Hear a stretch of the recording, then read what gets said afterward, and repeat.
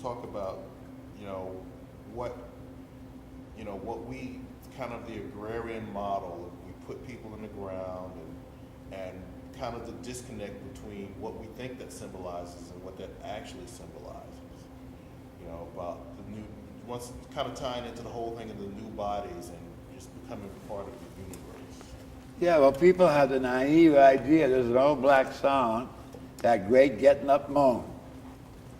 And people have this idea that on the last day, there's going to be a judgment. So the 50 billion people who lived, there'll be 9 billion on the planet by 2050, except I don't think there will be because they'll murder each other. There won't be any water, never mind gasoline. But to say there's 100 billion people have lived since whenever the first hominid got to be Homo erectus. I love it too. They're finding out now that Homo erectus, there's a play on words here, had a lot of erections and had intercourse with the hominids, but they all perished. Like sex reigns supreme. So as the sex abuse and celibacy nonsense manifests. So the old idea was, okay, so the end of the world comes. Although today, the end of the human race could come before the end of the world. You know, the dinosaurs might come back, who knows? Okay, so we don't talk about mundi, the world, like we used to. Anyway, what we're interested, of course, is the human race, which we're now learning is not the top of the chain. Anyway, so people died, and they thought you put them in the ground, and they rotted. At least that was a natural process. Since embalming, not just the ancient pharaohs, but modern embalming, you open up a casket, and your mother will look stiff with rigor mortis, but she'll look like the day we had the funeral. Yeah, but there's nothing there. Your mother's not there. So why wouldn't you burn everybody? For health reasons and for space reasons. London has just run out of cemeteries. So burn everybody, which the Catholic Church finally allowed in 1992. So people buried them, and thought the last day will come. Everybody's going to rise out of the grave. Or you used to say if you got blown up in a fireworks factory, God would put back all your molecules, atomic, and put your body back together, and you'd all stand there, all 50 billion, 100 billion of you, and Jesus would judge you all, and you'd go to heaven or hell. There was no nonsense like purgatory, or least of all, limbo, which this Pope's the one good thing he's done. He got rid of limbo, which was never a teaching, it was only a theory. And then we all got our bodies back, hopefully beautifully 21-year-olds, and we sit in heaven, on park benches with the Blessed Mother. I don't know what we talk about. So we criticize the Islamic people and the Mormons for their silly ass ideas about afterlife, but we've got some bad ones too. It's unfortunate, but you can't change Scripture, and you can't change the Greek language. And remember, when Jesus was glorified, he had no vocabulary to describe it. And there's nothing physically to see except the appearances. And if you read the resurrection stories, you see there's three things. The tomb was empty. If there was a tomb, the odds are Jesus was taken down. He was a seditionist, a traitor to the Roman Empire. The Jewish part's secondary. It's just the occasion of his death. And he's taken with the two dudes that were crucified with him and thrown into a common grave. But we don't care. It's not, he didn't have a resurrected body, but they had to use that term because there's nothing else to use. And of course, they had no knowledge of science or the makeup of matter. I mean, even science ain't too sure about it yet. So they saw this dark holes and dark matter problem, dark matter. So the whole idea of resurrection is wrong. I mean, you know. And then even the Freemasons, who had political fights with the Catholic Church, they thought by initiating cremation that would hurt our theory of resurrection, which, since the Catholics were using Aristotelian metaphysics, it did. And there was a political fight to control Europe, the Freemasons or the Catholic Church. That's why we weren't allowed to be cremated. It wasn't a theological thing, it was a political power thing. And then finally they woke up and said, we need cremation. Although we like to have the body present, because we don't want it to be that grandma disappeared. We want her carcass in church. We want to incense it to show reverence for the co-equal body. She used her organs to eat. She used her organs to express her sexuality and her love. And they have a place in our life. We like to bless them and incense them, and then send it to the crematorium.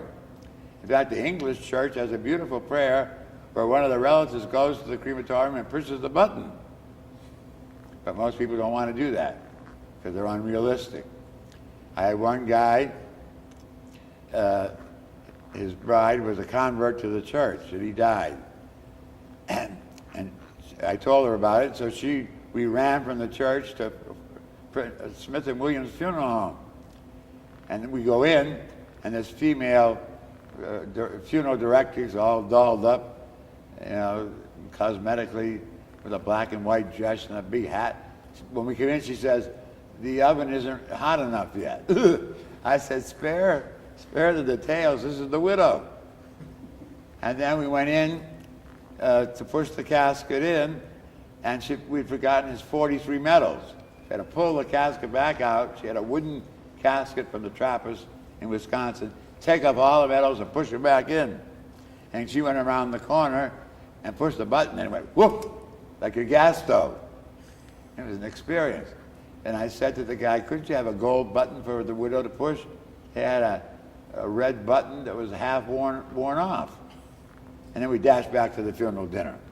Okay? That people are unrealistic at funerals.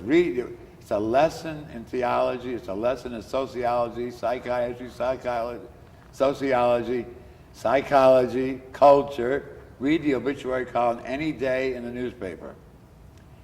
And they're all filled with errors. He's in the arms of Abraham. That's a Jewish expression. That the Lord came and picked him up. In the arms of Jesus. You know, and for funerals, they talk about the celebration of his life. Well, that's not the purpose of a funeral. The Mass of the Resurrection is to celebrate their new life, about which we know very little. That's the cause of joy at a funeral. So you're not celebrating. You can do that at the wake if you want, and tell stories and show videos and all that. But the purpose of the funeral in the Catholic Church is to celebrate their glorification, which I wish they changed the word. It's resurgo means to bring back, and which leads the people to misinterpretation. So anyway, you know, it's gotten to be a joke amongst the priests.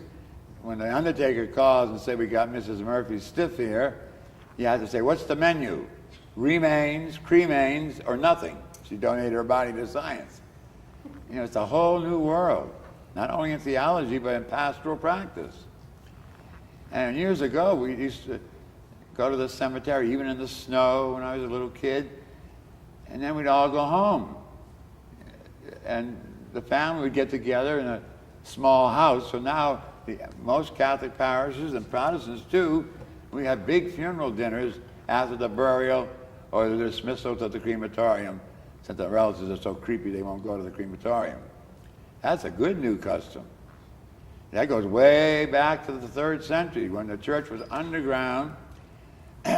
They would have Mass underneath in the catacombs, and then they have a cold meal couldn't heat anything underground, called the refrigerium, which is the old name for the Catholic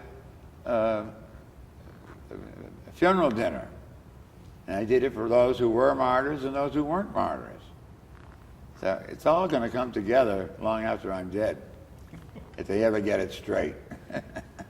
All right, now tell me about your newfound. How'd you get me going on that? I don't know. I wanted that. Yeah, it's important. Now go over your newfound fame with the Supreme Court Justice Scalia. Oh, God. You know, Palm Sunday, 1972. Dude. Elaine Sanaski, whose first anniversary Mass of Resurrection I had last week in Alexandria, was the chairperson of the Liturgy Committee at Good Shepherd, where I was pastor for 3 years in Mount Vernon, Virginia, when the Diocese of Richmond covered Northern Virginia before the founding of the Diocese of Arlington and the realignment of Wheeling, West Virginia, and Wilmington, Delaware. All that happened in one day. At any rate, I was pastor there, and the parish was so dead, I couldn't believe it. Of all these sophisticated, wealthy, and almost overly educated people, 50% of whom were military officers in the Pentagon. And the place was so dead. So I just had this intuition. I told them off after 6 months. Either let's get moving or close the place. So, of course, there's tons of letters which are on record, of course, in my books. In the Francis Sargent History Room of the Norfolk Public Library now. And we just started doing creative things. How would you express what happened to Jesus and what Jesus did and said in a little obscure section of the Roman Empire where the Jews lived? How can you draw a contemporary parallel? And this, of course, in the official Roman documents is called adaptation. So if you know the history of the liturgy, then you are allowed to adapt it. They've gone back on that. But that was the principle of adaptation. So you had to think, because people, if you go to the average church, the only thing they have that's modern is they dress up a bunch of kids in Arab rags and have a tableau in the Nativity. Well, that's boring. So I had the thought, and she had the implementation. What would Jesus, for theological reasons, and we don't know if this actually happened, but it doesn't matter, if he actually entered the Golden Gate on the east side of Jerusalem on the least likely animal, the foal, young donkey of a female donkey. He rode that little animal into town, and they tried to make him king. What would he drive today? What would he do today? Well, in a parish of Cadillacs, and this was before SUVs, and big Dodges and big Buicks, lots of big cars in the parking lot. You can tell a parish by its parking lot sometimes. There were no pickup trucks. And I said, he come in a Beetle. So it so happened that Jerry Sinoski, Elaine's husband, who knew a lot of car dealers, got the use of an orange sunroof, brand new Volkswagen. So instead of riding in on a donkey, which has been done many times to bring us back to historical Jesus, we made it contemporary. But to get the idea across, he came, at the time, I had one that cost $2,000. He came down the aisle on Passion Sunday as the real king of the Jews in the cheapest vehicle you could find. Of course, the color orange and me standing up in the sunroof was just to add, hoop-de-doo to it. And then we had the people, and these are colonels and generals now, you got to think about the congregation, and they're very sophisticated teenagers and prim wives, the Bradford wives, or Rockford wives, whatever they are. And they were throwing confetti, welcoming Jesus as king. which is the Palm Sunday all over the world in every Catholic and Orthodox church and some Protestant churches to this day. And the thing is, we forgot about the practical details. I wasn't good at details. Patapuzzo, the youth minister, was driving the damn car, and there was so much confetti in the windshield, he could hardly see, and he almost hit the platform, which would have thrown me out of the car, which I was supposed to get out of and then go up and change into purple vestments and have the Passion sung or read. And the point is, everybody got the idea. It's the same later on when we did the Yellow Brick Road in St. Mary's, or Superman. Superman was based upon the controversy stories of St. Mark's Gospel.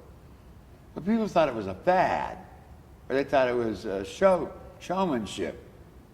In fact, the article in Time magazine says, a show shuts down when I left. It was no show to me. It's trying to contemporize the Gospels. And the more you study the Gospels, the more you got to reinterpret them. That's supposed to be the job of the church. We don't have Protestant private interpretation of the Bible, or no fundamentalism. Paul VI, in his intercession document, said we are to follow the historical critical method of interpreting the scriptures, and it's the power of the church, no individual, to reinterpret the scriptures. We wouldn't be having half the fights we have today if the church was doing its job. So we're called to reinterpret the gospel. Yeah, you're called to reinterpret the Gospels each century. Thomas Jefferson said, and he was an idyllic, dreamer in one way, that every year, every 19 years, the Constitution should be torn up. We should have another convention and contemporize it. Well, you have to do that to the scriptures. Do you think that the people going to Mass on Sunday or Protestant morning worship have any similarity, connection, or any outlook on any part of their lives that is in any way connected with Jesus of Nazareth? No. Jesus was a Jew. Jesus was a first century Jew. Jesus was a Hellenistic Jew. Jesus lived in the Roman Empire. Well, you got to reinterpret all that. I mean, discussions about having celibacy, you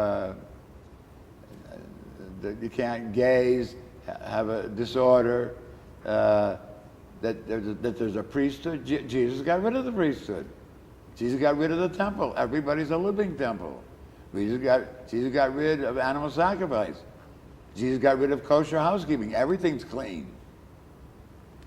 So, and everybody's absolutely equal is the one that's stopping the flow. So the church has the authority and the power, only the church, pushing and yelling and screaming to reinterpret it, which you could do simply. But they're going to stick with what they got, and just, I don't know who's going to be left in the church of the future. Now, what else do you want me to say? Well, I'm still reeling from that. I know. When I get going, it's terrible.